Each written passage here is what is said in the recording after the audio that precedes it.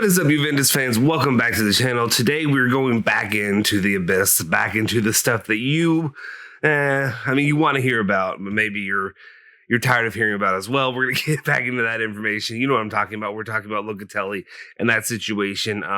Maybe there's a new name that's floated out with that situation with Locatelli, meaning if it fails, here's who we're going to go after. We're still going to talk about that whole situation, where we stand. We're talking about Pjanic.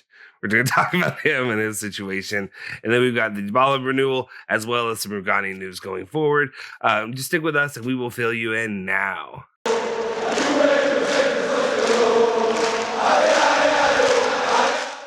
Ciao ragazzi, welcome back to the Bianconeri Zone. My name is Justin Sofro. Today is Friday, August 6th, 2021. Before we do anything, let's go ahead and hit that like button, smash that subscribe button, and hit that bell icon to stay notified for all of our latest videos. One thing I want to cover, I've been saying it a lot lately, but I want to make sure I get to keep saying this for every time there's a new person here. Basically, if you're new to the channel, if you're new to the community that is the Bianconeri Zone, make sure you check us out. Every evening, Monday through Friday, we do lives at about 10:45 Turin time. So wherever you are in the world, do the math there, whatever the difference is. If you're on the eastern side of the United States, that is a 6-hour difference. I guess minus 6 hours, minus 6 hours difference in the United States. But make sure you check with us, stick with us in the evenings, and you'll have Julian, Gianotti, and myself talking all the things that we care about and that we enjoy when it comes to Juventus, as well as just hanging out, having fun, and all that stuff. So make sure you tune in tonight. We'll be doing that live this evening. But also, before we do anything, also what I'm going to say too is if you're new to the channel, make sure you go ahead and leave a comment in the comment section down below. Letting us know who you are, where you're from in the world, because it's one of the things that interests us, and a lot of the big part of what my vision for this in the future is a community about, sharing information, not sharing information. That sounds odd. What I meant to say is like sharing, where you are in the world, your culture, and how that somehow led you to becoming a Juventus fan. Not all of us have Italian history. My family came from Italy or from Sicily, and I live in the United States now. But not everybody does. There's people from India. There's people from Australia. There's people from wherever have you, Ireland, all over the place that are Juventus fans. We want to know why you're a Juventus fan and how you got there. Anyway, let's just jump in the news now. And then I know I've probably dragged this on for long enough. Anyway, very first bit of news that we have comes from Tuttosport, and they're saying that there's an alternative to Manuel Locatelli, which is not what I want to hear. But anyway, they're saying the real alternative to Locatelli is... Okay, if you're on the channel and if you've been here before, you know my struggles with some of these pronunciations when it comes to, names that are not simple. Smith, if you will. American names. So here we go. I'm gonna try this one. I'm only going to say it once. It is what it is. We'll see how it goes. The real alternative to Locatelli is Tchouameni, maybe? TCH. And the way that goes, I don't know. I'm going to go with Tchouameni. Anyway, as it stands, this is Allegri really likes a player, and they already have been contacts with the agent. The name threw me off already, guys. I apologize. Anyway, Tchouameni seems to be the option going forward. I know I said only say it once. Let's look at him as a player. I know he's a highly touted defensive midfielder. He's at AS Monaco. Currently, he's under contract until June of 2024. So he's got a few years on his contract. He was born in January 27th 2000. So he is 21 years old currently. His market value, though, is of 30 million euros. My issue with this, so transfer market, if they ever say that he is worth 30 million euros, usually... more than likely, they will ask for more money than 30 million euros. So here's where I have an issue with this, is if you're willing to pay that or more for this player, why can't you pay whatever it takes? Well, not whatever it takes, sorry. I know I need to stop using that term. But what I mean is, like, if 40 million is the number for Locatelli, and say you're going, I don't know what they may ask, 35. I don't know the asking price. I'm just, in my head, this is what I'm doing here. If they're asking 35 mil for Tchouameni, I don't know why I tried to do that again. It's probably all wrong. Whatever. Sorry, guys.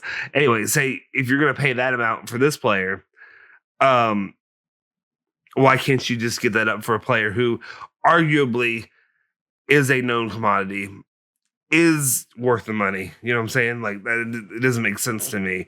I guess I would have to see what the actual offer price point would be for this player.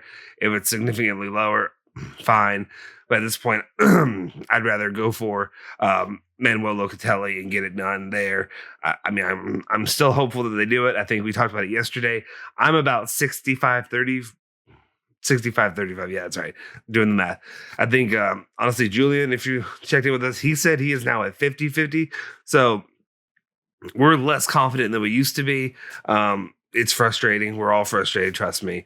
We'll see how this goes down. And then we can go forward into this, and then we have we're going to talk about more alternatives. Nico Balice is saying about Locatelli alternatives, saying that Locatelli remains the main target. Good. A new offer is being prepared to approach the request of Sassuolo, and the player wants only Juve. We know this. Honestly, I'm so thankful that he only wants Juve. Imagine how horrible this would be if he didn't care about going to Juve. And he was just like, yeah, Juve would be good, but I have all these other options as well. There's no way that this would ever get done. I don't know. Maybe I'm being pessimistic. Anyway, and then Nico also says alternatives for Locatelli, however, still in the background, are Bakayoko and Tchouameni. So I had to say it again, probably wrong, whatever. We talked about Bakayoko before. We've talked about him in the past weeks or days or whatever have you. I don't know. It all is a blur at this point to me. Bakayoko doesn't seem like an option that I'm interested in or that I want to see at Juventus. I would hope not. I hope that that's not even really a serious contender. Tchouameni, I know he's highly touted. And that's about what I know. That's about as much as I've seen him. Personally, I'm sure he could be a solid player, but at this point, I don't want to jump off the Manuel Locatelli train. I don't know if you agree with me there. That's where I am. We'll see what happens going forward. All right. And then we have Di Marzio, who's continuing more Locatelli news, saying that Locatelli is the number one target. Locatelli remains Juventus' number one target for the midfield. Pjanic is just an idea, as well as, I think it was Tchouameni, but I think it cut off for some reason in the graphic. Anyway, so that's the way it stands for now. That's, what I would hope it would stand, especially after all this time.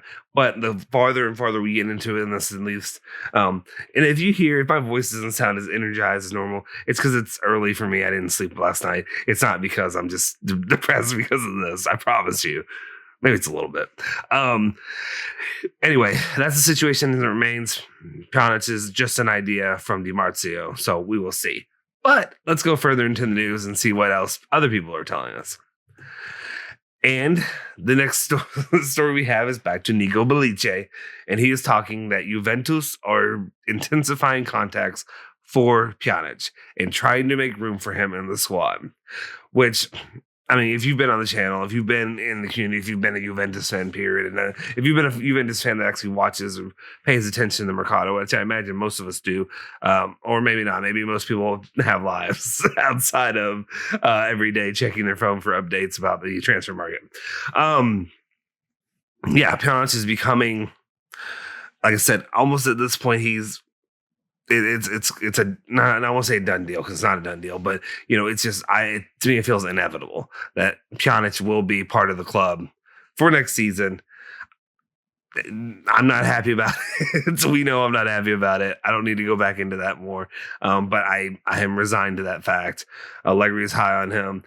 Hopefully Allegri does something with him that'll actually make me, like I said, I'd be more than happy to eat crow next year and be wrong.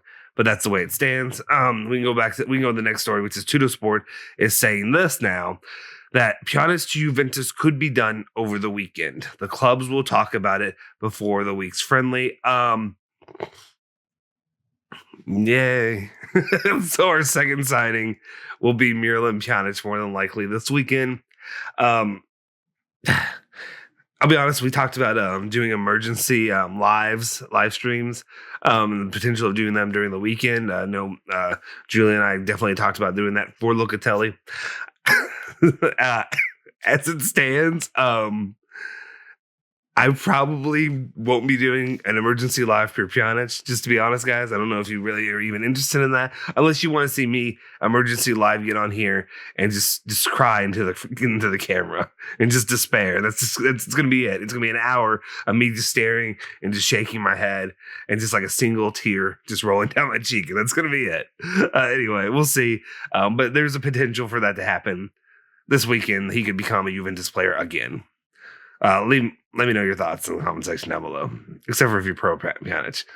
I'm kidding.